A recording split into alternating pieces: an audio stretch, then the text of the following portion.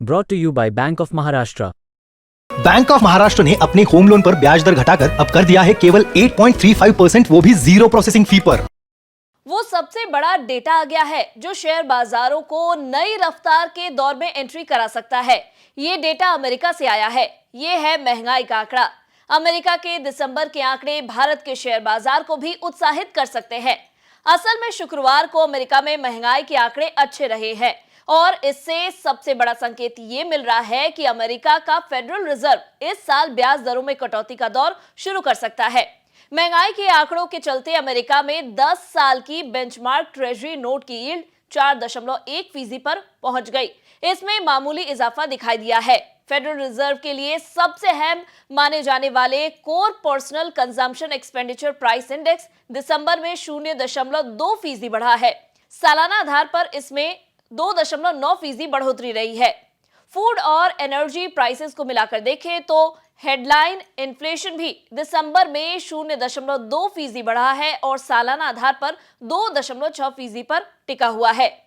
इन आंकड़ों से ये साफ संकेत मिल रहा है कि अमेरिका में महंगाई में गिरावट आ रही है और इससे ये भी भरोसा पैदा हो रहा है कि फेड आगे चलकर ब्याज दरों में कटौती शुरू करेगा।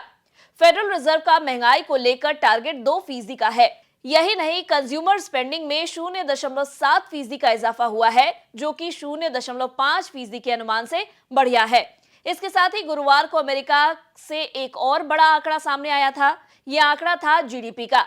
बीते साल अमेरिका में जीडीपी ग्रोथ उम्मीद से बेहतर रही है। दिसंबर तिमाही में अमेरिका की जीडीपी ग्रोथ 3.3% रही है। यानी अमेरिका से आ रहे आंकड़े बाजार के लिए तेजी की डोज साबित हो सकते हैं। हालांकि अगले हफ्ते बाजार की नजर अमेरिका के एक और बड़े इवेंट पर होगी। 31 तारीख को फेडरल रिजर्व की मीटिंग है। इस पर भारतीय बाजारों की नजर रहेगी क्योंकि यहीं से अंदाजा मिलेगा कि रेट कट कब होने वाले हैं। 1 फरवरी को भारत में केंद्र सरकार का बजट भी पेश होना है। 2024 आम चुनावों का साल है और 1 फरवरी का बजट अंतरिम बजट होगा। इसके बावजूद माना जा रहा है कि सरकार चुनावी नजरिए से इसमें कुछ बड़े ऐलान कर सकती है। अगर इन ऐलानों को बाजार मुफीद मानता है तो शेयर बाजार नई रफ्तार से आगे बढ़ सकते हैं। 25 जनवरी को खत्म हफ्ते की बात करें तो शेयर बाजारों के लिए ये अच्छा हफ्ता नहीं रहा।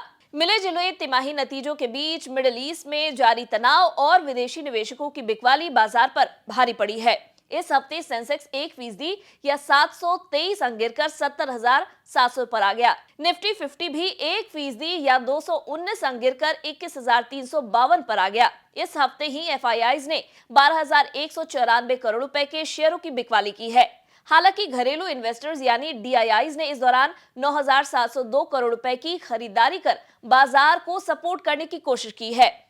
अकेले जनवरी में ही एफआईआईज ने अब तक 35,778 करोड़ रुपए की बिकवाली की है। 35,778 करोड़ रुपए की बिकवाली की है, जबकि डीआईआईज ने इस दौरान 19,976 करोड़ रुपए की खरीदारी की है। कुल मिलाकर अगले हफ्ते कई बड़े इवेंट हैं। साथ ही इस हफ्ते के अमेरिकी महंगाई समेत दूसरे आंकड़े बाजार का रुख पलटने वाले साबित हो सकते हैं। बाजार और इन्वेस्टर्स की नजर इन फैक्टर्स पर रहने वाली है। अगर ये वीडियो आपको पसंद आया हो तो इसे लाइक और शेयर करना ना भूलें। साथ ही बिजनेस जगत की खबरों से अपडेटेड रहने के लिए बने रहे हमारे साथ और देखते रहे बिजतक। बिजतक आपके लिए लाया है प्रीमियम मेंबरशिप प्रोग्राम, जहां आपको मिलेंगे कई सारे फायदे, जिनमें मार्केट न्यूज़लेटर, लाइव चैट पर आपके सवालों के सबसे पहले जवाब, मार्केट आउटलुक, वीकेंड पर मार्केट स्कैन, एंकर्स के साथ चैट और भी बहुत कुछ। इस प्रीमियम सब्सक्रिप्शन में 3 तरह के प्लान्स हैं, सिल्वर, गोल्ड और प्लैटिनम, जिनकी शुरुआत मात्र 159 रुपए महीने से होती है। इससे जुड़ना भी बेहद आसान है। बिजतक के YouTube चैनल पर जाएं, ज्वाइन बटन पर क्लिक करें और अपना प्लान सिलेक्ट करें। बस बन गए आप हमारे प्रीमियम मेंबर।